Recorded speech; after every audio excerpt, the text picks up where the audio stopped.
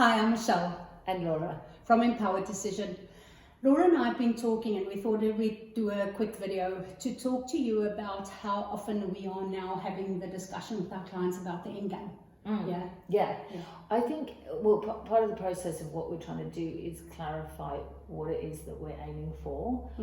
But I think it can go one of two ways. So it can either go down the path of, I have no idea, and that feels like a really massive thing to kind of define, and then wanting to kind of get perfection as to what that would look like. And I think that's not a realistic kind of goal. It's always got to be a destination that can flow along the way. And then I think it's also people looking and saying, is it so unattainable that I can't get there, and therefore I go backwards? And it's like, where in that end game are you? Yeah, and I think it's the definition of it. Because I think some people think that the end game is that last breath. Well, the day I walk out, that's what I want it to look like, and it's not necessarily that kind of process. I think sometimes an end game is just a next aspiration that you have, or a next milestone that you want to reach, and it's going to take a bit of time to get there. And I think that the pressure then of designing that and then having to live with it and having to live to it becomes very overwhelming sometimes for people.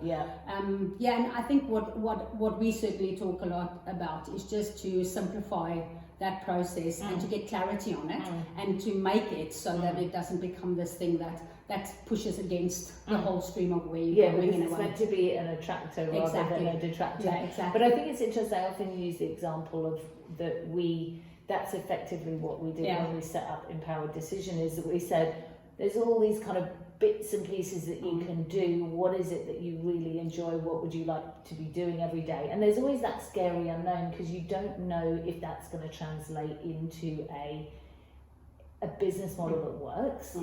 Well, I said to somebody the other day, and they looked at me and they went, really? They said, what is your end game? And I said, we are living it. Because what we did is we culminated all that experience that we had built and said, what does it look like for us? What is the ultimate in terms of what really fulfills us, things that we feel we can really benefit from ourselves, but also then give out to people as a really strong skill. And I think that sometimes happens too, that you speak to people and they're not very far off it. It's just that next step. It's just the what is there as the next thing. And I think, it isn't that 20-year plan necessarily. And I think that's what made it for us, made it very palatable. We really understood what it is that we needed to do in order to get that, because we were living in it. It's interesting, that process.